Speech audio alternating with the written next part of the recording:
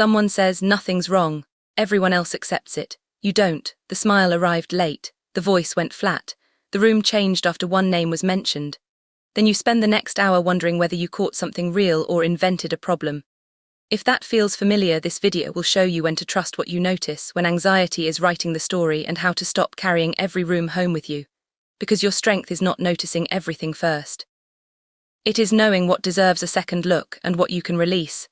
Imagine you are sitting with friends. The conversation is easy until somebody mentions a person who is not there. One friend laughs, but their hand tightens around their glass. Another changes the subject too quickly. Nobody reacts. You do. Hours later, someone finally admits there is tension in the group. Everyone seems surprised. You are not. You saw the first crack before anyone heard it break. That can feel strangely lonely. When you explain what you noticed, people may say you are reading too much into things. Then, when the truth appears, they forget you noticed it first, so you learn to stay quiet. You collect clues privately while everyone else waits for something obvious. This is not mind reading. Your brain is doing what every human brain does, predicting what happens next. But some people gather more information before making that prediction. They notice pauses, contradictions, changes in routine, and what suddenly disappears from a conversation. It is like hearing one wrong note inside a familiar song. You may not know exactly what happened. You simply know the pattern changed. And that distinction matters. A change is evidence. Your explanation for it is still a theory. That is where perceptiveness can become either useful or exhausting. You may notice that a friend's replies have become shorter. That is the signal. But your mind may instantly decide, they are angry with me. That is the story. Perhaps they are upset. Or perhaps they are tired, distracted, unwell, or standing on a crowded train trying to type with one hand. The observation can be accurate while the interpretation is completely wrong. This is why highly observant people sometimes trust themselves too little and too much at the same time. They doubt real signals because others dismiss them. Then they cling to an explanation because uncertainty feels unbearable. So where does this sensitivity come from? For some people it is temperament. They naturally process details deeply and take longer to dismiss unusual information. For others, it grows from curiosity. They pay attention because human behavior fascinates them, and for some it was learned. If moods changed quickly at home, noticing a door closing differently or a voice becoming quieter may have helped you prepare. Your attention became protective. But not every observant person has a painful past, and sensitivity is not automatically trauma.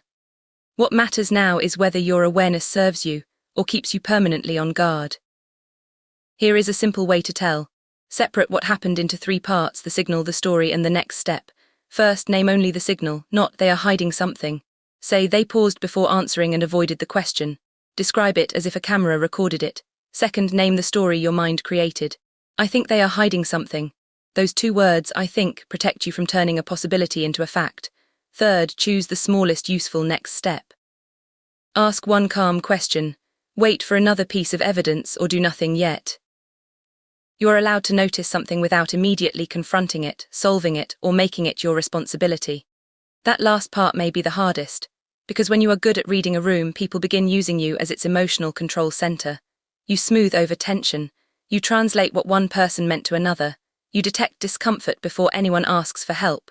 Soon, everyone feels more comfortable because you are doing invisible work. But you leave exhausted. Awareness quietly became obligation. The healthier question is not only, what am I noticing? It is, does this belong to me? Someone else's awkward silence may deserve compassion. It does not always require intervention. A shift in mood may be real. It does not automatically mean you caused it. A hidden tension may exist. You do not have to become the person who repairs it. Your attention is information, not a command. When you understand that, the same trait that once drained you becomes genuinely useful. You ask the question everyone else skipped. You spot the weak point in a plan before it becomes a crisis. You remember the small detail that makes somebody feel seen.